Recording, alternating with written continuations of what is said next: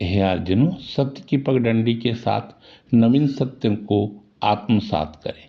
नवतपा गर्मियों के मौसम का सर्वाधिक गर्म कालखंड होता है। हिंदू पंचांग के अनुसार जब सूर्य रोहिणी नक्षत्र में प्रवेश करते हैं तो उसके अगले 9 दिनों तक भीषण गर्मी पड़ती है। सामान्यतः नवतपा 25 मई से लेकर 2 जून तक होता है। मान्यता अनुसार सूर्य जब चंद्रमा के स्वामित्व वाले रोहिणी नक्षत्र में आता है तब सूर्य की तेज और चंद्रमा की शीतलता एक साथ मिलकर तापमान में भारी वृद्धि का कारण बन जाते हैं। माना जाता है कि इन 9 दिनों में धरती जितनी तपती है, बादलों का निर्माण उतनी ही अधिक मात्रा में होता है। इस प्रसंग से जुड़ी एक अच्छी पंक्ति पर अवश्य ही विचार करें। तपे नौ तपा 9 दिन जोय, तो पूरन बरखा पूरन होय। यानी अच्छी मानसून का संकेतक इन नौतपा ही तो होता है। भौगोलिक मान्यता के अनुसार नौतपा की अवधि में भारत में सूर्य की किरणें बिल्कुल सीधी पड़ती हैं। पृथ्वी और सूर्य के बीच की दूरी भी कम होने के कारण तापमान यहाँ का चरम पर होता है। अत्यधिक गर्मी जमीन को गर्म करता है, फलतः लो प्रेशर एरिया बनता है जो समुद्र की नम हवाओं को भारत की ओर खींचता है तथा मानसून को मजबूती प्रदान करता है। ये महत्वपूर्ण 9 दिन कृषि कार्य के लिए वरदान तो होता ही है, साथ ही लोगों के स्वास्थ्य के लिए भी अनुकूल होता है। तेज गर्मी मिट्टी में उपस्थित हानिकारक बैक्टीरिया आदि को मारता ही है, साथ ही साथ हमारे परिवेश में उपस्थित रोगजन्य कीटाणुओं इत्यादि की समृद्धि पर अंकुश भी लगाता है। 9 दिनों के प्रचंड गर्मी से नदियाँ, तालाब, कुएं, समुद्र आदि में अवस्थित जल राशि का तेजी से वाष्पीकरण होता है। हे सत्य प्रेमियों, अगर इन दिनों में बारिश हो जाती है तो इसे नौतपा का गलना भी कहा जाता है, जो आने वाले मानसून के कमजोर होने का संकेत देता है। क्योंकि नौतपा के दौरान प्रचंडतम गर्मी से हमारा सामना होता है, अतः हमें भी सावधान रहने की जरूरत होती है। इस दौरान खुद को डिहाइड्रेशन से बचाने का प्रयास करना चाहिए। पानी एवं नमक की मात्रा को शरीर में कम न होने देना चाहिए।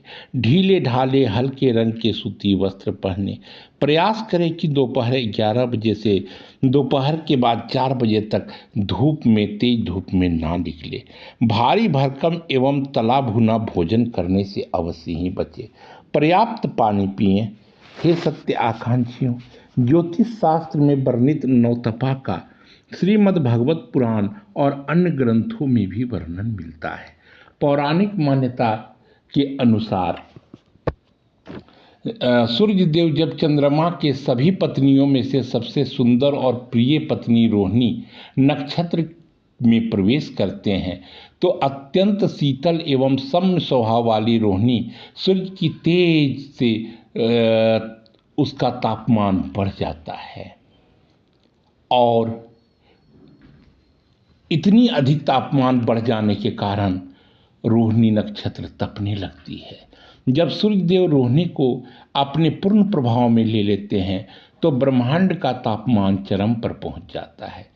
ज्योतिष कथानुसार तब रोहिणी नक्षत्र सूर्य देव से प्रार्थना करती है कि उनका यह प्रचंड रूप पृथ्वीवासी जीवों के लिए परम कष्टदायक हो रहा है। तब सूर्य देव कहते हैं, यह 9 दिनों की तपस्या संसार के कल्याण एवं जीवन चक्र के लिए परम आवश्यक है।